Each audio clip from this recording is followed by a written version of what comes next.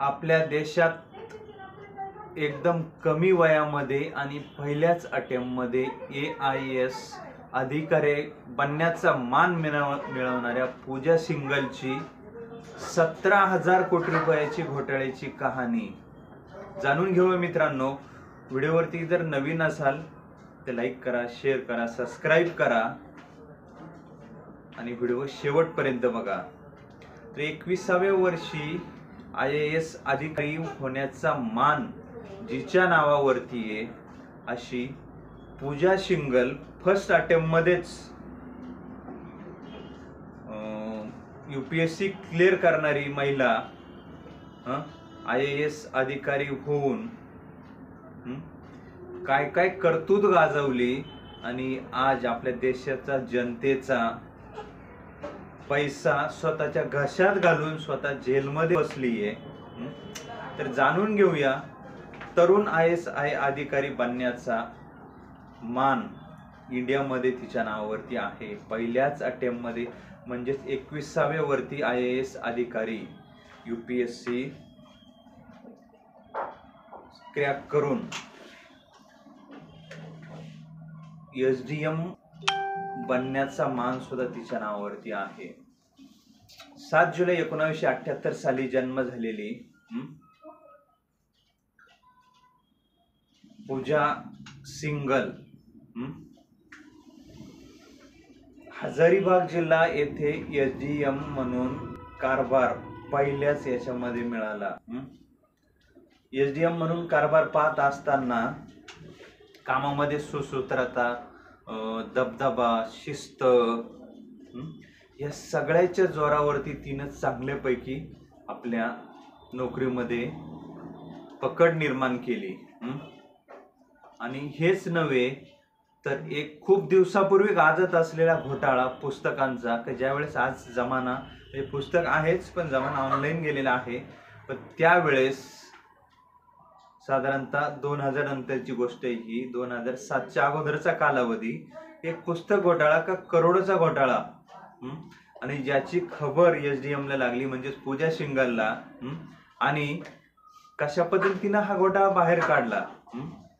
तर एक पुस्तकांचा काळा बाजार चाललाय ही अशी खबर तिच्या कानावरती आली आणि छुप्या पद्धतीने तिने टीमला सगळ्या गोष्टीची जाणीव करून छापेमारी केली आणि या छापेमारीमध्ये करोडोचा पुस्तकांचा घोटाळा, काळा बाजार उघड केला आणि एक असं नाव गाजलं तिचं जिल्ह्यामध्ये, देशामध्ये।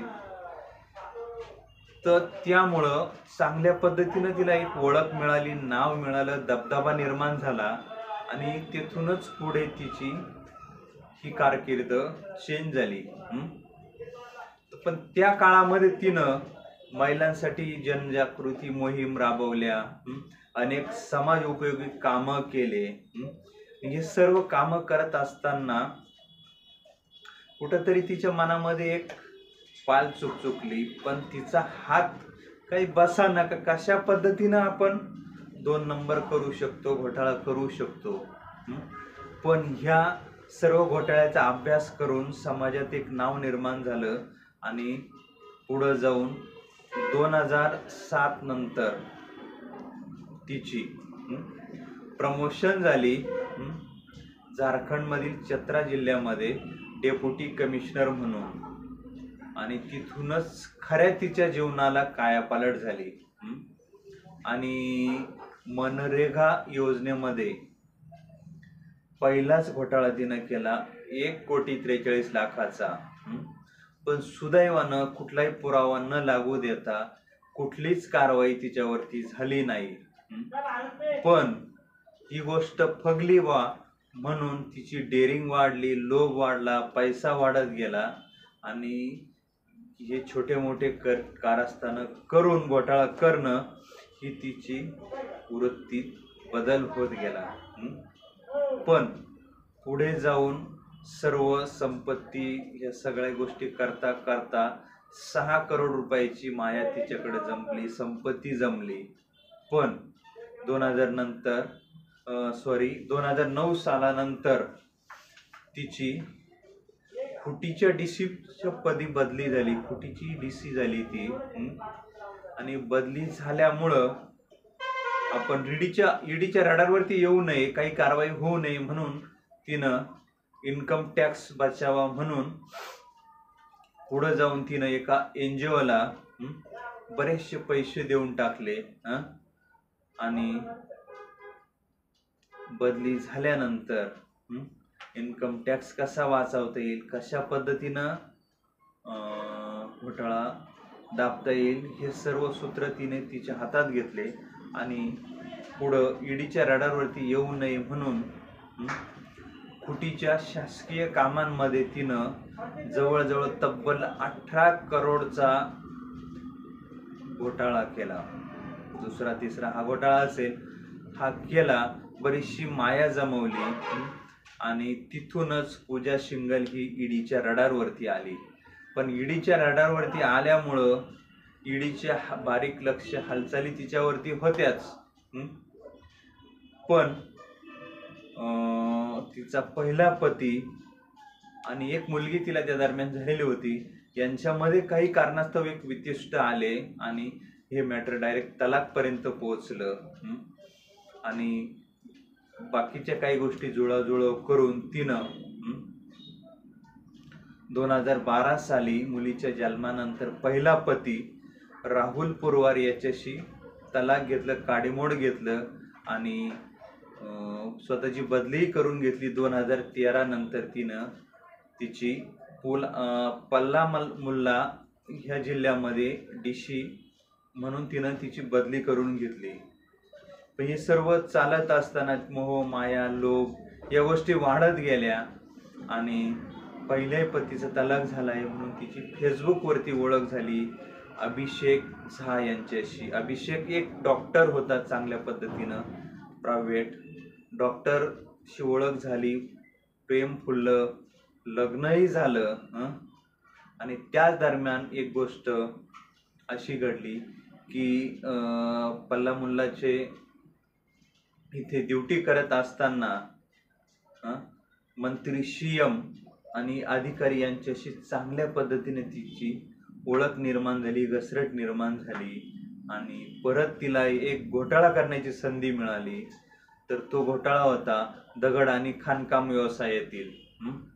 अधिकाऱ्यांना हाताशी धरून हात बसवला आणि सगळा मनमानी कारभारच तिचा तिथं चालू झाला. यात तिला तिचा आचारी सुधा हल्ला याला पण साथ मिळाली, याची पण साथ मिळाली थोडक्यात.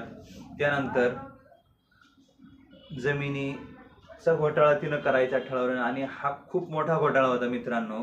तर आदिवासींच्या जमिनीवरती 1300 एकरवरती तिनं सरकारी कुठलाही आदेश नसताना एक खाणकाम एका कंपनीशी हात मिळवणी करून स्टार्ट केलं. उषा मार्टिन कंपनीसोबत हात मिळवणी केली आणि 1300 एकरावरती त्यांनी खाणकाम व्यवसाय स्टार्ट केला.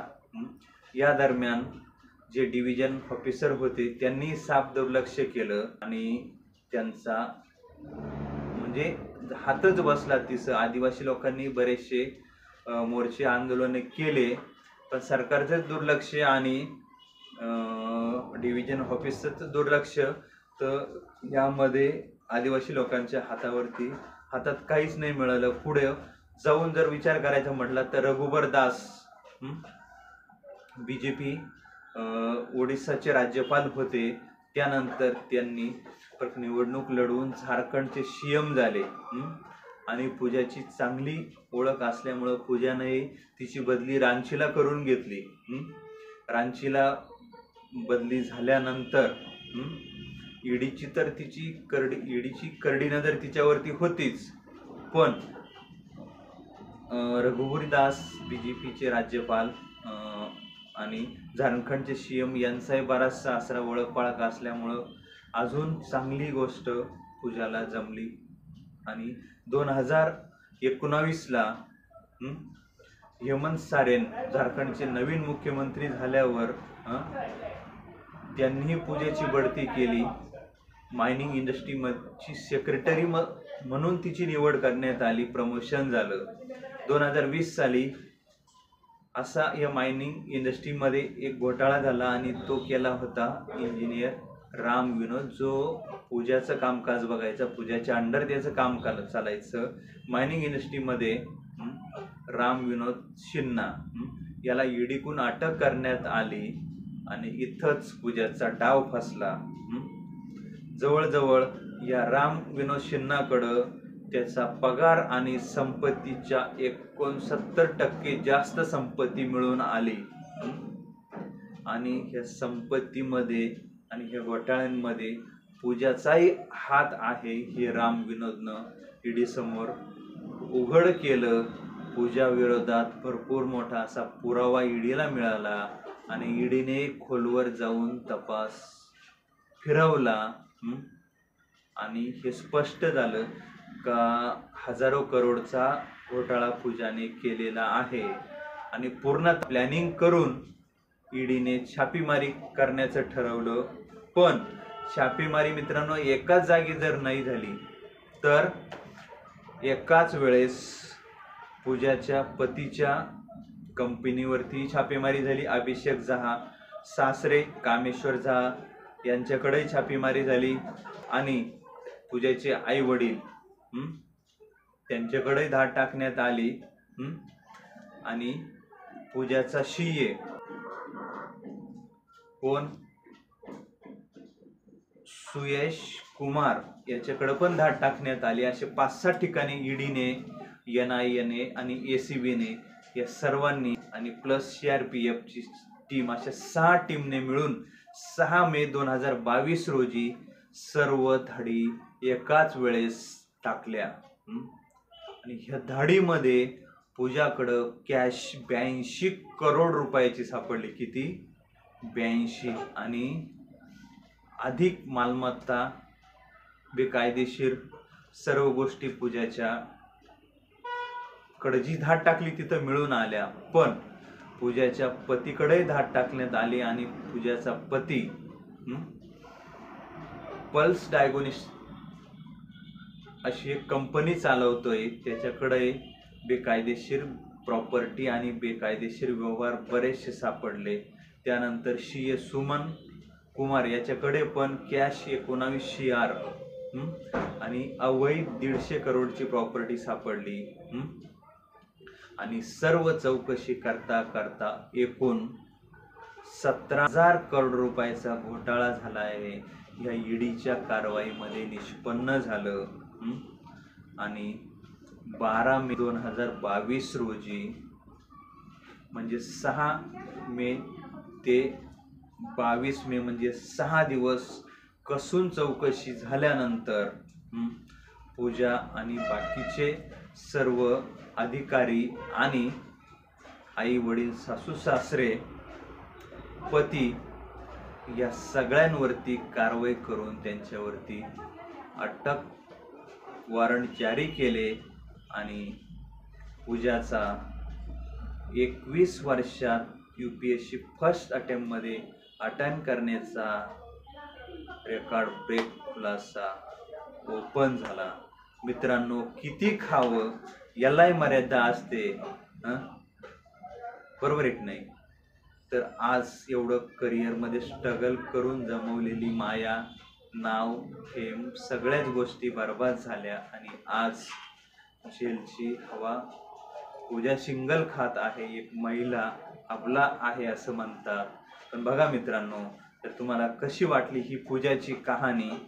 नक्कीच व्हिडिओला लाईक करा, शेअर करा, कमेंट करा आणि शेअर करा. भेटूया पुढच्या व्हिडिओमध्ये. धन्यवाद. Thank you so much. वेलकम.